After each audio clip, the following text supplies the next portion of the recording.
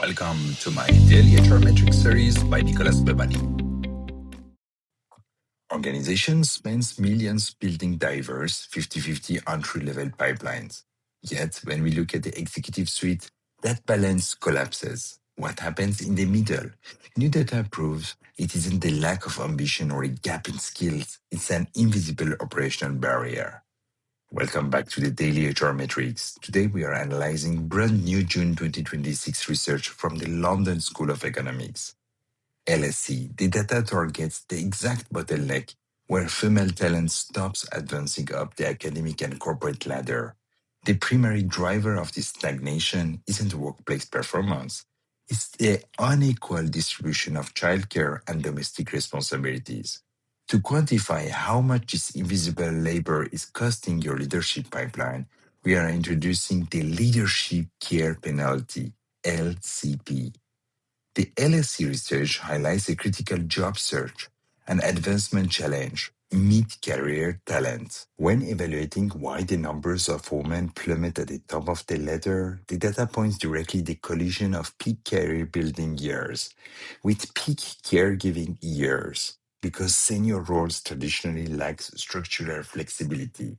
Women carrying unequal domestic loads are structurally forced to opt out the internal job search for executive promotion.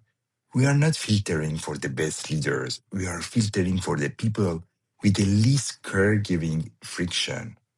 To fix this, organization must measure the exact cost of the friction. We track using the Leadership Care Penalty, LCP. Here's the formula to calculate your LCP. First, calculate the promotion rate of men to senior director and above. Then, calculate the promotion rate of women to senior director and above. The formula is 1 minus female promotion rate divided by male promotion rate. If 10% of your mid-level men are promoted to the top, but only 5% of your mid-level women are, your formula is 1 minus 5 divided by 10. That leaves you with an LCP of 0.5 or a 50% penalty. LCP above 15% is a red flag. It indicates that your senior leadership design is structurally incompatible with caregiving. You are bleeding highly trained mid-career institutional knowledge simply because your upper-level roles demand a lifestyle that half of your workforce cannot accommodate. If you want diversity at the top, you cannot just hire at the bottom. You must re-engineer the middle.